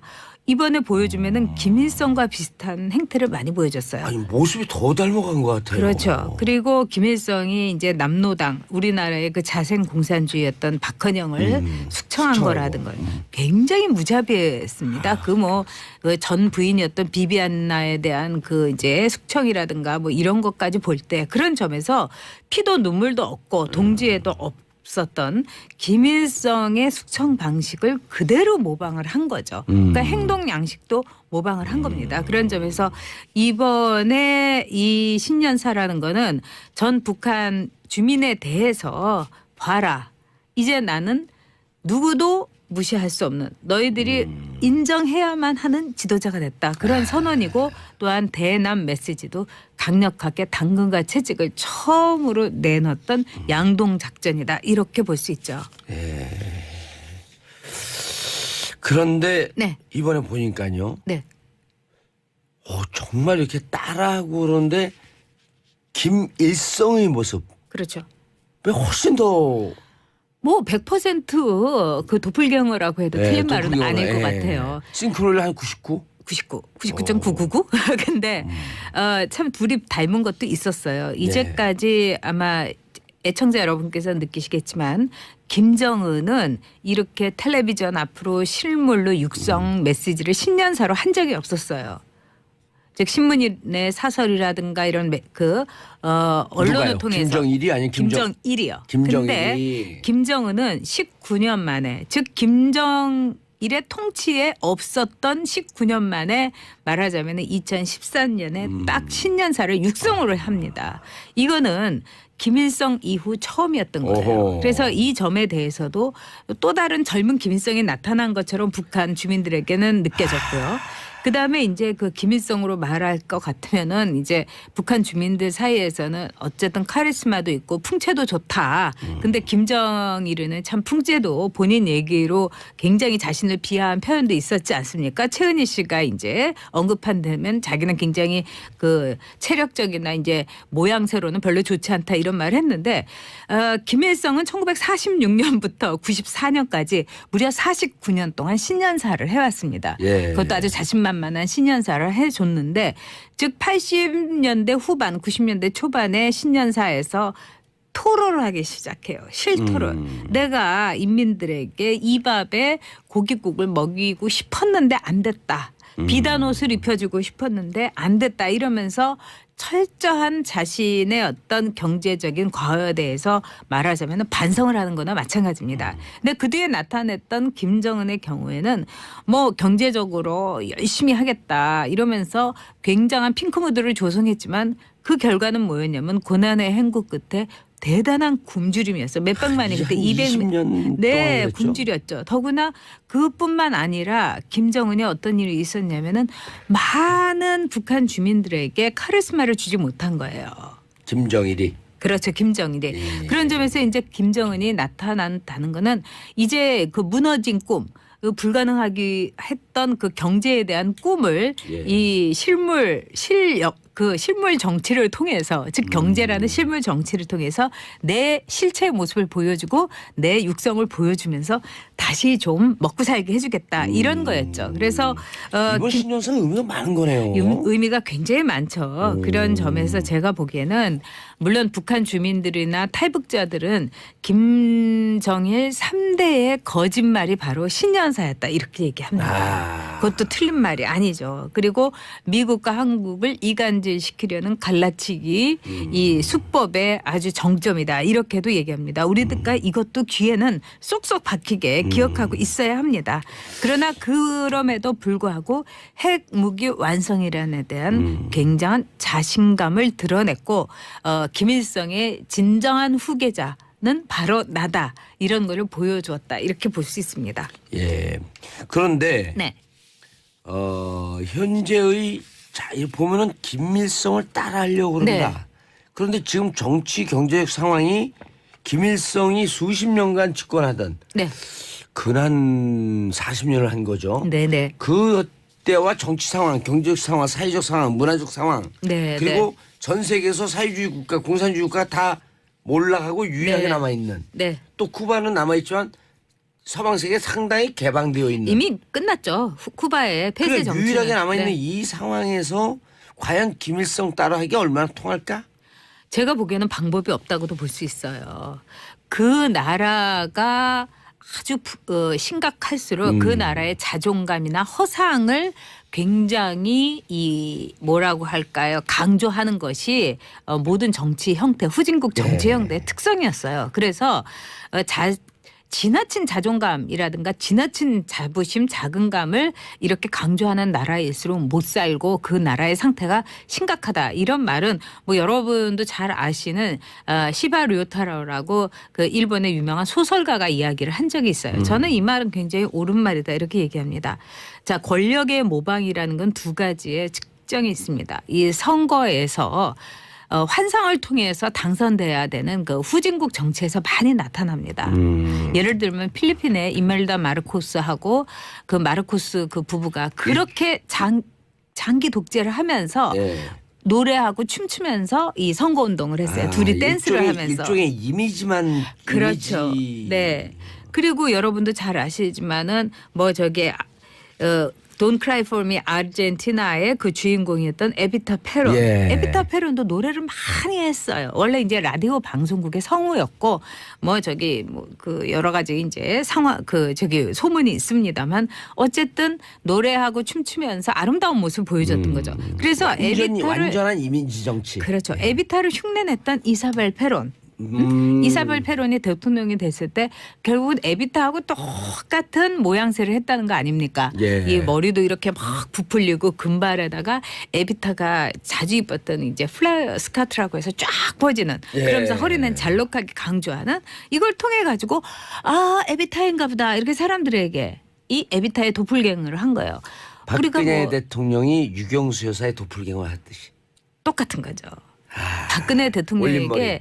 왜 그렇게 이 올림머리가 중요했던가. 그거는 제가 볼 때는 똑같은 거예요. 즉 유경수의 모습을 사람들에게 즉 왜냐하면은 지금 앞서서 얘기한 분들이 참 그 이 자유한국당에 대해서 굉장히 많은 이야기를 하셨지만은 그럼에도 불구하고 자유한국당의 존재를 붙들고 가고 싶어하는 세대들이 있습니다. 그리고 자유한국당이 구정물에 있던 뭐 흙탕물에 있던 나는 죽어도 자유한국당을 지지한다는. 근데 이런 분들을 비난해. 고정 한 20% 나오는 거 아니에요? 비난할 수도 없는 것이 이분들은 6.25를 겪었고 말하자면 우리나라의 산업화 속에서 고생을 한 분들이기 때문에 그 악몽의 기억을 어떤 것하고도 바꿀 수가 없는 거예요. 그렇다면 자유한국당을 지지해도 좋다는 이런 생각이 있는데 이런 기억을 털어버리게 하는 것도 저는 지금 우리 시대의 과제라고 생각을 합니다. 그러니까 박근혜 대통령이 그 20% 지지를 가져가기 위해서 유경수 여사의 따라잡기를 했던 거고.